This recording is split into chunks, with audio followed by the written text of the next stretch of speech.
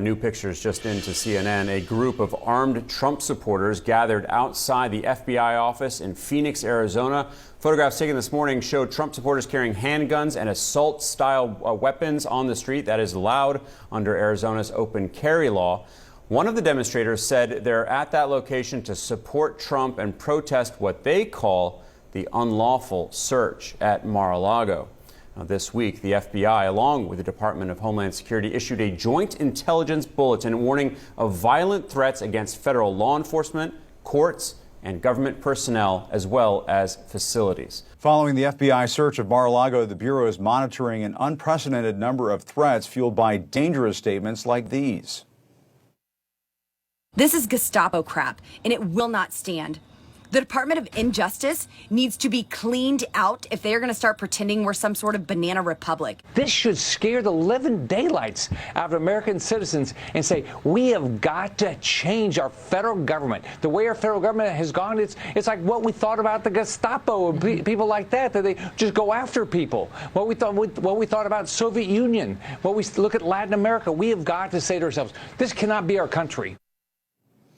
Just yesterday, the names of the two agents who signed the search warrant paperwork were circulating online after the unredacted warrant was leaked. Joining me now is Peter Strzok. He is a former FBI counterintelligence official who played a central role in both the Hillary Clinton email and Trump-Russia investigations. He's also the author of Compromised: Counterintelligence and the Threat of Donald J. Trump. Peter, one of the most amusing things that I saw in the past week, I think I saw one Republican lawmaker saying, well, where was all of the attention to Hillary Clinton's emails? Of course, I remember when James Comey came out with that 11 days before the 2016 election, had a very big impact on that election. But what do you say to those voices on the far right who spent all week slamming the Bureau's integrity and I mean, really using the kind of language that could lead to violence, could animate some extremists out there who might be thinking about doing something violent? Yeah, grow up. This is wildly irresponsible. This is directly leading to violence. It is inflaming people. It is causing things like a gunman approaching the Cincinnati field office of the FBI, brandishing a weapon, leading people on a car chase and, ending in his death. This is something we know from decades of the global war on terror, the things that you try and do to de-radicalize people.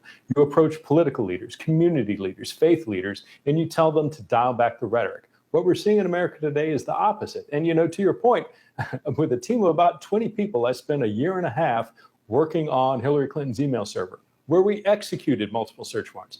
I never heard one Republican once raise a finger talking about how we were using Gestapo tactics or overreaching. From the Democrats, behaving like responsible American citizens, letting the FBI do its job. And that's what the Republicans need to do here. The FBI has a job to do to enforce the laws of the United States. And it's beyond the pale that there are senators, United States senators, who are going along and nodding their head up and down with suggestions that the FBI plants evidence are things which are extraordinarily wrong. And these people know better. And for them to be continuing to say that, in light of everything we're now seeing, the constant flow of classified material that's being recovered out of Mar-a-Lago, false statements apparently by attorneys to President Trump saying that nothing remained. There isn't any basis to be making these claims. It is leading to violence, and it needs to stop. Yeah, it almost reminds me, Peter, of some of the incendiary rhetoric that we heard leading up to January 6th. And we saw, of course, that spasm of violence on that day, which obviously is the subject of the January 6th investigation. And all of that is sort of not really on the front page right now because we're focusing so much on what occurred at Mar-a-Lago a few days ago. But let's just clear something up. If it were any other person not named Trump who had 11 sets of classified documents at their home, including items marked top secret SCI, how would you be treated by the FBI? I mean, it's almost because Trump goes after people, he engages in character assassination, he's gone after you, for example, and so on, that the Justice Department, the FBI, correct me if I'm wrong here, they do, I guess, treat the former president somewhat carefully because of what he can unleash. Right. And I think, Trump has a history of playing in the margins of legality. He finds where that line is, he goes right up to it, and he pushes it to see whether or not he can get away with something.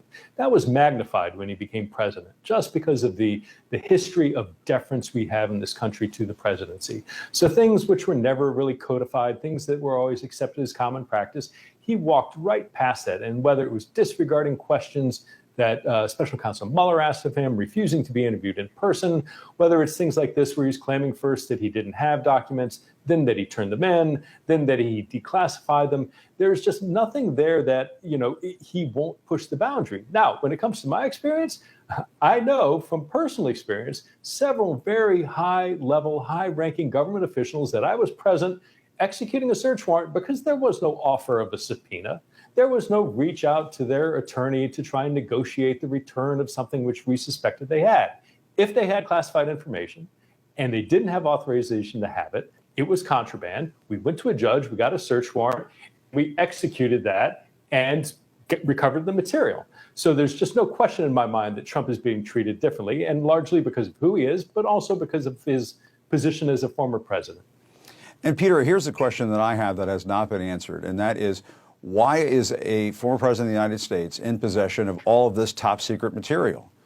Do all of our former presidents have mansions and resort properties where they keep a room full of top secret classified material? I mean, why does he have this stuff?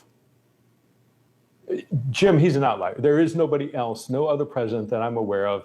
And certainly when I was an FBI agent, there is no other president in my experience that ever had classified information, let alone this volume. What troubles me the most about this case, I cannot understand why he maintained that material. The intelligence community struggled on a daily, day in, day out basis to try and get him to pay attention to the president's daily brief. They tried and struggled to get him to listen to the intelligence community. He was happy to listen to Vladimir Putin, but he had no appetite to sit and listen to what it was that folks within the intel community were trying to tell him. Now suddenly, he's out of office, and he suddenly pivots to take 27 boxes of classified material that he couldn't be bothered to read while he was the president. He's not writing some detailed memoir about the political ins and outs of what he accomplished in the Middle East or with North Korea. It makes no sense why he would keep it. And that really, when you look at what it is that he appears to have had, that is really, really troubling. Yeah, Peter, I mean, the former president, he's put out all kinds of fundraising emails in the last several days. He's put out lots of statements and posts on his Truth Social website. We haven't heard, why does he have this stuff? And, if he or his people are listening, can they just offer that explanation? Why do they have all this top secret material at Mar-a-Lago? I think it's a question that needs to be answered. Peter Strzok, thank you very much for your time. We appreciate it.